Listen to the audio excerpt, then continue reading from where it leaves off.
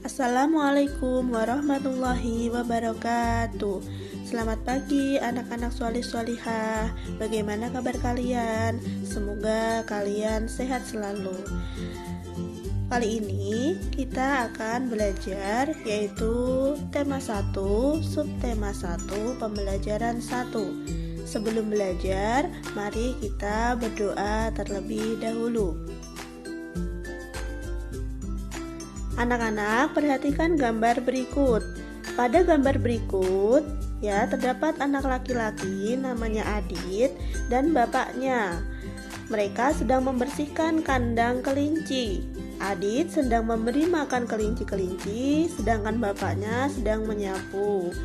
Mereka sangat sayang kepada kelinci-kelinci mereka.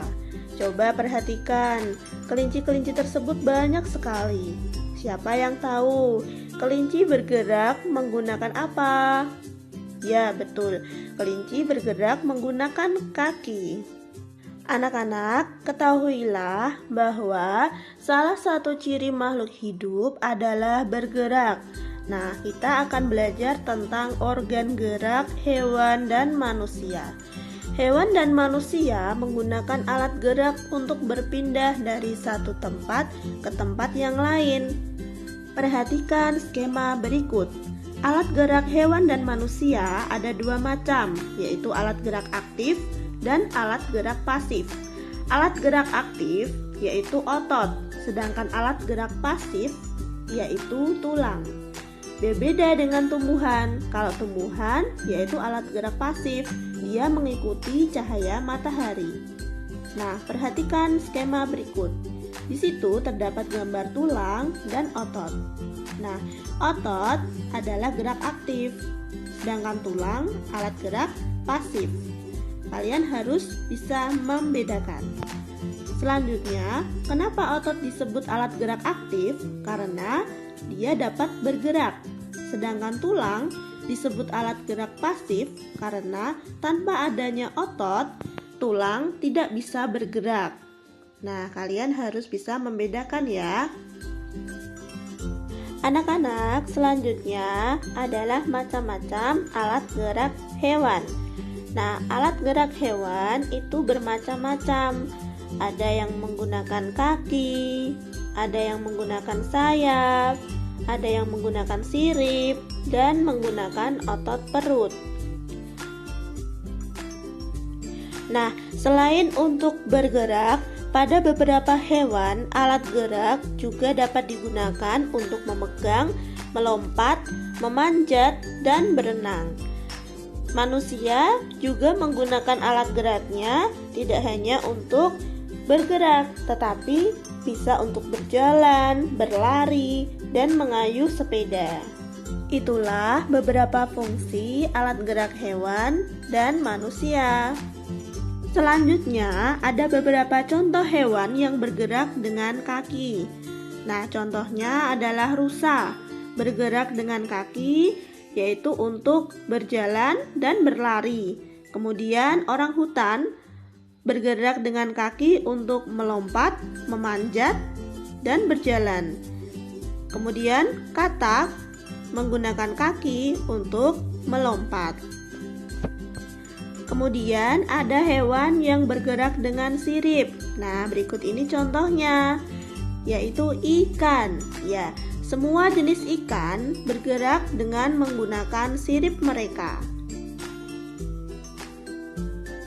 Selanjutnya yaitu hewan yang bergerak dengan otot perut. Apakah hewan tersebut? Ya, benar sekali, ular. Ular bergerak menggunakan otot perut mereka. Jadi tidak punya kaki ya. Kemudian hewan yang bergerak dengan sayap.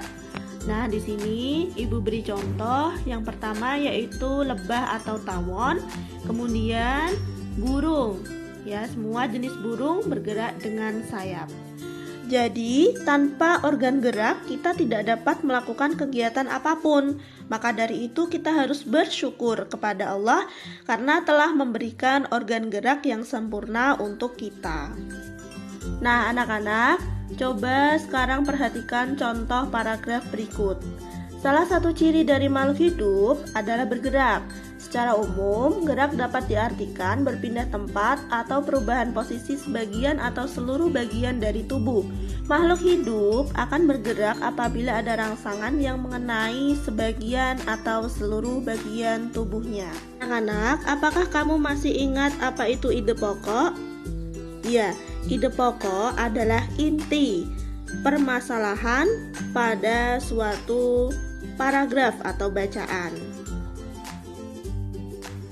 Nah, anak-anak, ide pokok itu juga disebut gagasan utama dalam teks. Nah, bagaimana cara menentukan ide pokok? Caranya yang pertama yaitu bacalah teks secara keseluruhan terlebih dahulu. Kemudian yang kedua, carilah kalimat utama dari teks tersebut. Yang ketiga, yaitu menentukan inti dari kalimat utama. Karena ide pokok biasanya itu inti dari kalimat utama tersebut. Nah, cara tersebut mempermudah kalian untuk menemukan ide pokok. Nah, kalimat utama biasanya itu ada di awal atau di akhir kalimat. Kalau di awal namanya deduktif, kalau di akhir kalimat namanya induktif. Dalam satu paragraf terdapat kalimat utama yang berisi ide pokok dan juga kalimat pengembang atau kalimat penjelas. Nah, diingat ya anak-anak, jadi dalam suatu paragraf itu terdiri dari kalimat utama dan juga kalimat pengembang atau penjelas. Nah, kalimat pengembang atau penjelas merupakan pengembangan dari kalimat utama. Nah, anak-anak, sekarang kita tentukan ide pokok dari paragraf di bawah ini. Nah, di situ terdapat bacaan ya. Tadi bagaimana cara menentukan ide pokok yang pertama? Ya, yaitu membaca teks secara keseluruhan. Nah, setelah membaca teks secara keseluruhan, cari kalimat utamanya. Nah, kalimat utamanya berada di awal paragraf. Nah, di situ salah satu ciri dari makhluk hidup adalah bergerak. Itu adalah kalimat utama. Nah, ide pokoknya yaitu ciri makhluk hidup adalah bergerak. Jadi jelas ya bagaimana menentukan ide pokok. Nah, selanjutnya kita cari kalimat pengembang atau penjelas. Nah, setelah ide pokok itu adalah kalimat pengembang atau penjelas. Garis warna merah itu adalah kalimat pengembang atau kalimat penjelas. Baik anak-anak, terima kasih. Cukup sekian pembelajaran dari Ibu. Semoga kalian paham dan mengerti. Wassalamualaikum warahmatullahi wabarakatuh.